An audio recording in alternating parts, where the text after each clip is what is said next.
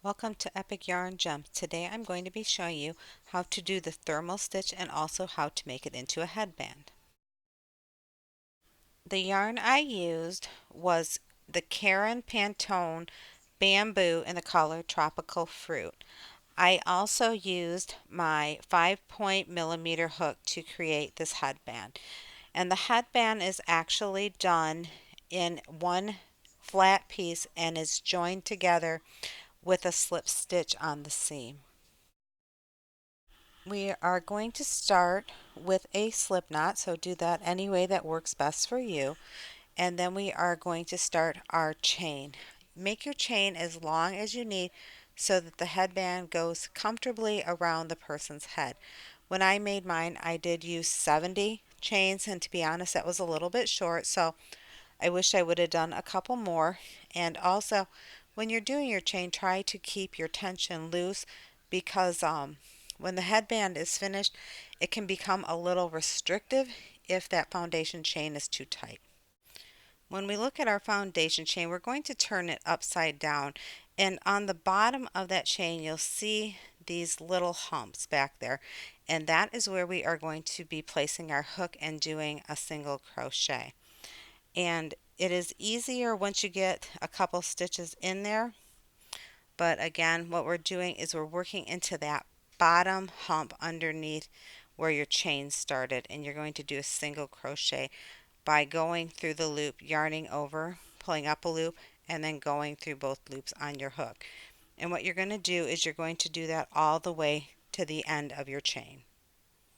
Once you get there, you are going to do a chain one, and what this is going to do is to bring your row up one stitch higher so that you can go back. So there's our chain one, and then we aren't going to totally turn our work, but we're going to go back down the front portion of this. So we're going to go right into the stitch that we came out of, and this first one's a little odd and a little hard to find, but you're going to go into the loop that was made when you did the single crochet.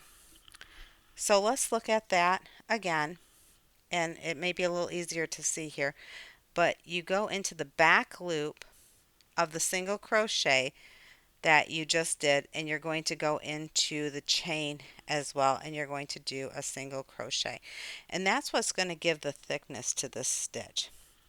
So let's look at it again. This is the single crochet we just did, and we're going into the back loop, and then we are going to go into the front part of that chain with a single crochet. It is a little difficult to look at and to find these loops once you start, but then after you get going, it works up really good. And on this headband, I actually used several different colors for each row, and that made it a lot easier to find where I was to place my hook. So as we go back down this row, what we're doing is we're creating another row of single crochets. So you're just going to go back and forth until you get to the desired width that you want.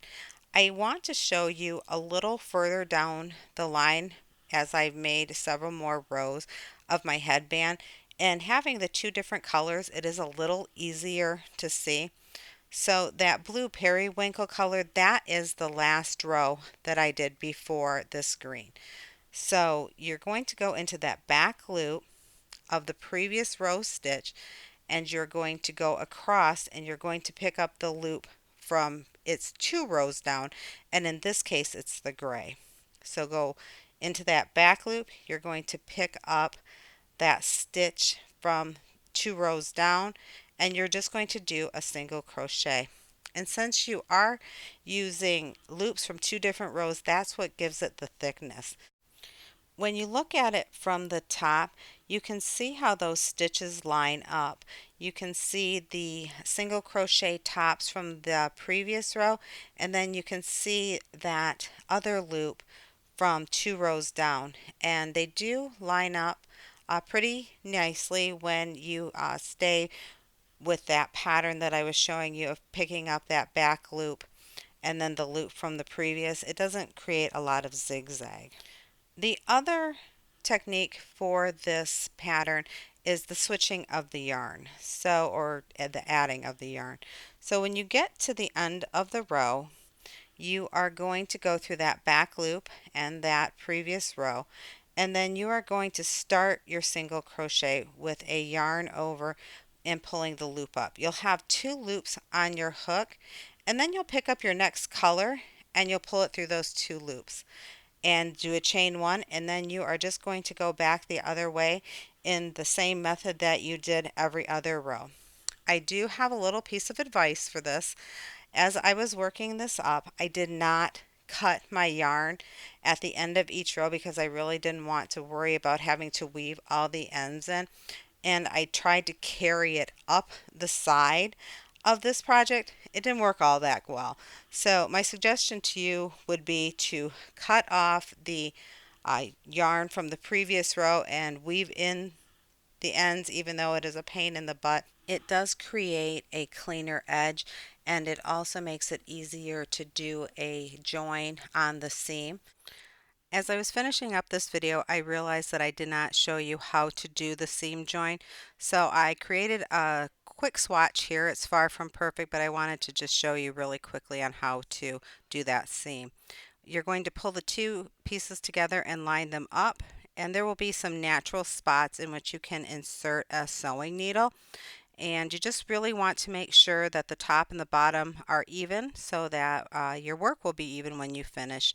And how I do this is I just take the yarn and I sew it back and forth. I've seen many different ways to do a seam. You can do it with your crochet needles, doing it with single crochets. This is just what works best for me on this piece of work. So I just wanted to give you an example on how to do a seam, but feel free to do it any way that works best for you.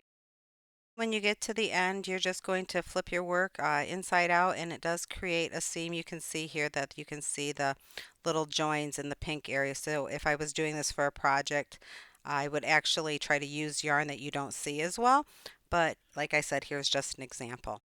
If you've enjoyed this video, please hit the like button and leave me some comments. Also, subscribe to my channel if you'd like to see more videos in the future. I do appreciate you stopping by, and I will put a written description of the pattern that I went through for this headband down in the description.